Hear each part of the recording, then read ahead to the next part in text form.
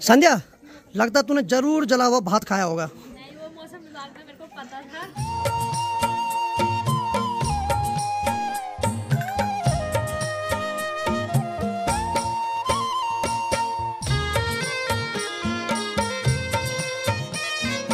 तो चलिए जी, एक और नए ब्लॉग की शुरुआत हो रही है और एक नए ब्लॉग की जो शुरुआत हो रही है अपने गांव के खेतों से हो रही है। तो हेलो दोस्तों, क्या हाल चाल है? मैं बिल्कुल मस्त हूँ और उम्मीद है आप लोग जहाँ होंगे स्वस्थ होंगे, मस्त होंगे, परिवार के साथ दोस्त होंगे। मेरा नाम है रविंद्र भावगुणा और स्वागत करता हूँ आपका देवभूमि उत्तराखंड के इस खूबसूरत से गाँव धौंतरी गाँव से। और मौसम की बात करें तो चारों तरफ बादल ही बादल घिरे हुए और बाकी सामने देखिए थोड़ा थोड़ा सूर्यदेव दिखाई दे रहे हैं। और आज जो मैं खेतों में आया हूँ, फिर से वीडियो अपलोड करने के लिए आया हूँ, क्योंकि आज तो घर में भाई साहब नेट बिल्कुल नहीं चल रहा है। और फिर से उसी पुरानी वाली जगह पे आया हूँ। तो देखिए, मैंने उस लट्ठी के ऊपर मोबाइल को अटका रखा है और बाकी वहाँ पर वीडियो अपलोड हो रही है। और वीडियो को अभी अपलोड होने में लगभग 2 घंटे दिखा रहे हो, तो 24% अपलोड हुई है अभी। और आज जो यहाँ पर नेट स्पीड है काफी अच्छी आ रही है, यानी कि 1 MB तक भी आ रही है स्पीड। तो लगभग अगर 1 MB की स्पीड कंटिन्यू आती रहे तो लगभग 1 घंटा तक तो मुझे यहाँ बैठा रहना पड़ेगा, क्योंकि यहाँ की जो 1 MB है उसमें जो अपलोड स्पीड है बहुत कम रहती है। और बाकी खेतों में जो अब गेहूं की बालियां हैं वो भी पकने लग गई है। और आज हमारे गाँव में है शादी, यानी कि संध्या की शादी है। तो सबसे पहले दिन आज है दाल पिसाई और बाकी कल होगा मंगल स्नान और मेहंदी। तो आज सभी गांव की महिलाएं अपने अपने घर से सिलबट्टा लाती है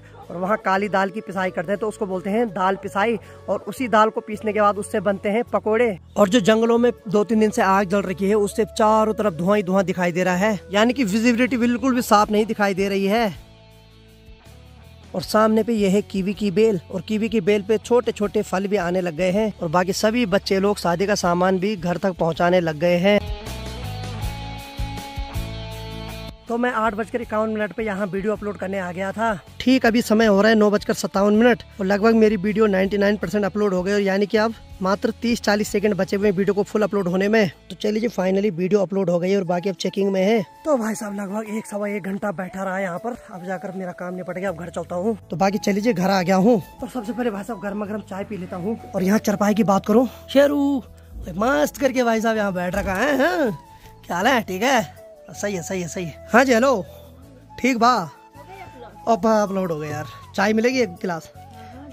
पक्का, चल ठीक है। बाकी एक बार फिर से भेड़ पालक अपनी भेड़ बकरियों को जंगलों में चराने ले जा रहे हैं।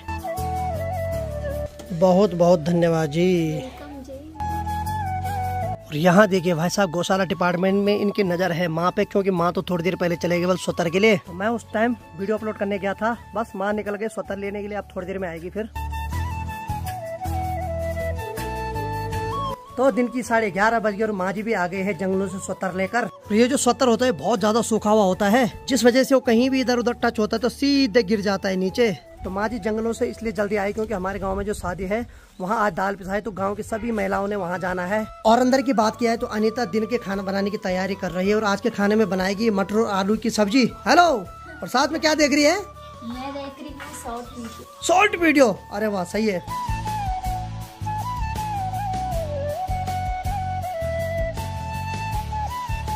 तो दिन की 12:15 बज रही और अब जाके दाल पिसाई का जो कार्यक्रम है वो शुरू होने वाला है। तो जितने भी गांव के घरों में सिलबट्टे हैं, सारे सिलबट्टे लड़कों ने यहाँ पे इकट्ठे कर दिए और सबको लाइन वाइज से यहाँ से रखा जा रहा है। तो दाल पिसाई से पहले सभी लोगों पे हल्दी का सगुन टीका लग गया है। और अगर मौसम की बात किया है तो कभी थोड़ा धूप आ रही, लेकिन कभी बिल्कुल काले बादल घिर रहे हैं। तो दाल पिसाई से सबसे पहले यहाँ पर जो उत्तराखंड का स्वादिष्ट पकवान है, यानी कि अणसे बनाने की तैयारी हो रही है।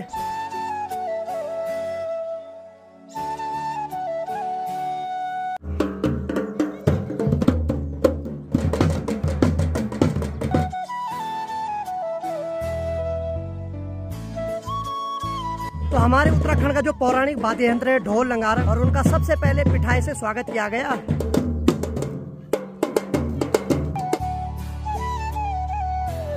और अब जो दाल पिसाई की रस्म है वो भी शुरू हो गई है।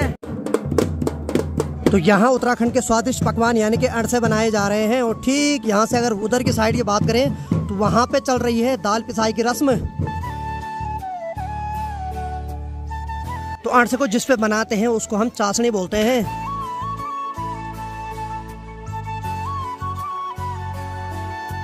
तो देखिए, एक मान्यता ये भी है कि जिसके शादी के दिन बारिश होती है तो ये माना जाता है कि उसने कभी न कभी जला हुआ चावल खाया हुआ रहता है, यानी कि जला हुआ जो भात होता है उसको खाया हुआ रहता है। तो लगता है संध्या ने बहुत ज्यादा जला हुआ भात खाया होगा, क्योंकि एकदम मौसम पूरा काला हो गया है और हल्की फुल्की बूंदाबांदी भी होने लग गई है। संध्या, लगता है तूने जरूर जला हुआ भात खाया होगा।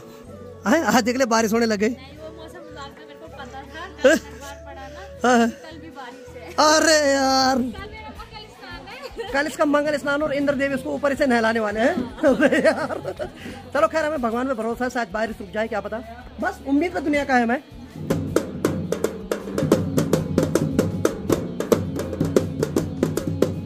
तो देखिए जी, इंद्रदेव थोड़ा और ज्यादा नाराज हो गए, यानी कि जो बारिश की रफ्तार है डबल हो गई। अभी जितने भी लोग अभी यहाँ पे काम कर रहे थे सारे लोग वहाँ उसके नीचे चले गए हैं।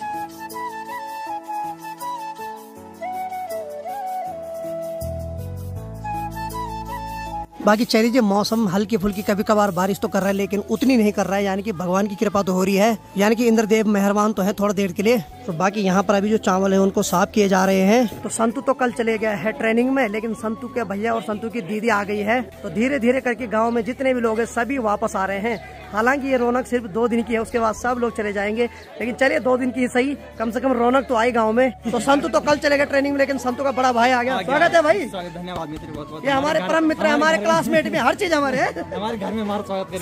सही बात है। तो संजू का घर तो यही है, इसका स्वागत इसी के घर में कर दिया अभी।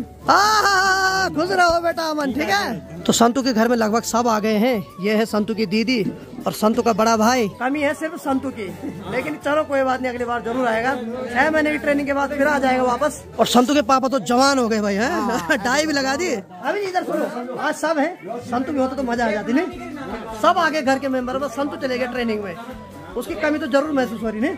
और ये है हमारे बड़े भाई साहब, यानी कि दुल्हन के पापा। भाई जी ठीक हो? आज भाई जी के चेहरे पे मुस्कुराहट है भाई। बस यही है कि भाई जी चल नहीं पाते हैं, इसी चीज का बुरा लग रहा है, लेकिन देखो चेहरे पे मुस्कुराहट तो दिख रही है। शाबाश शाबाश, शाबाश शाबाश। तो बचपन में हमारे बहुत मन करता था ढोल बजाने का, तो इसीलिए देवभूमि उत्तराखंड को देवों की भूमि कहा जाता है, क्योंकि अभी तक संदीप ने न जाने कितने मंत्र पढ़े। और जो मौसम पूरा काला हो रखा था, एकदम देखो कैसे नीले रंग में तब्दील हो गया है। हाँ संदीप, कौन से मंत्र फूके? देख भाई एकदम आसमान खुल गया है, आसमान खुल गया एकदम। कैसे मंत्र पढ़े तूने? 1 घंटे तक की भाई पूजा। अच्छा चल सही है भाई, मान गए भाई। तो संदीप ने बोले 1 घंटे तक पूजा की, और उसके बदौलत भाई साहब सूर्य देव के थोड़ा बहुत दर्शन हुए। अभी शाम की 5:30 बज गई और अभी मैं शादी वाले घर से तो आ गया हूँ, और अभी मैं जा रहा हूँ सड़क के ऊपर, क्योंकि वहाँ हेमंत भाई और अखिल भाई भी आ गए हैं। तो चले थोड़ा उनको भी मिलते हैं और फिर उनको नीचे घर तक लाते हैं। बाकी जिस घर में शादी हो रही है वहाँ सिलेंडर भी ले जाया जा रहा है। बाकी हेमंत भाई ने फोन किया कि मेरा ब्लेजर लेके आ, मुझे बहुत ज्यादा ठंडा लग रहा है। एक्चुअली यहाँ मौसम एकदम चेंज हो गया ना, उत्तरकाशी में तो गर्म है, लेकिन भाई जैसे ही इधर साइड आया होगा उसको ठंड लगनी शुरू हो गई। और कल जो शादी का टेंट लगेगा वो इस वाले खेत में लगेगा, तो सामान लगभग आने लग गया इस वाले खेत में। और आगे टाइम थोड़ा मौसम ठीक हो गया था, लेकिन अभी फिर से बूंदाबांदी होने लग गई है, तो मुझे जल्दी जाना पड़ेगा भाई साहब। मेरे पास तो भाई छाता भी नहीं है। हेमंत भाई का ब्लेजर रखता हूँ सर के ऊपर। हाँ बड़ी प्रणाम। अरे बारिश लगे, भागो जल्दी, रेस मारो रेस मारो। भाई साहब मान गया मैं मौसम को, कई प्रकार के खेल दिखा रहा है आज सुबह से। अरे वाह, ये है युवा दिलों की धड़कन। ऐसा प्रणाम। क्या बात है यार, तुम तो बोल रहे ठंड लग रही, तुमने तो पहन रखा है। इसमें ठंड लग रही है ना, तनिक शरीर में थोड़ा भी गर्मी नहीं क्या तुम्हारी अब? हाँ जी, सरकारी आदमी क्या हाल है? चमक रहे यार तुम भी यार। एक की शादी हो रही है वो बंदा चमक रहा, दूसरे की मंगनी हो रही है वो चमक रहा, और तीसरा जिसको मिल ही नहीं रही वो और ज्यादा चमक रहा है। ये भी सही है, ये भी सही है। चले थोड़े इनके साथ गप्पे मारते हैं, फिर से नीचे जाएंगे अभी।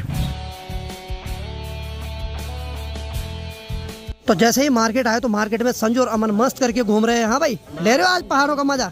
न तो ऋषिकेश में गर्मी से गल गए थे तुमने। हाँ आ गए तुम भी आए। देखो ये भाई साहब कैमरे में आने के लिए वहाँ से डाई मार के आए, ये क्रिएटिविटी थी भाई साहब।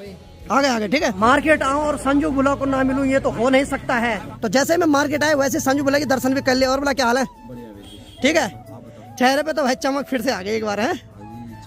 यार तुम मेरे कैमरे के आगे जबरदस्ती इमोशनल क्यों हो जाते हो यार तुम? देखो इस वाले हंसी को दिखाओ, ये जो है ये हंसी थोड़ा और खुल के, ये सही है मेरा बोले, ये सही है, ये हंसी रखना ठीक है। हम तो भगवान से प्रार्थना करते तुम्हारे चेहरे पे हमेशा हंसी रहे, ठीक है। तो भाई साहब मार्केट में आते ही भाई साहब बारिश फिर से शुरू हो गई एकदम।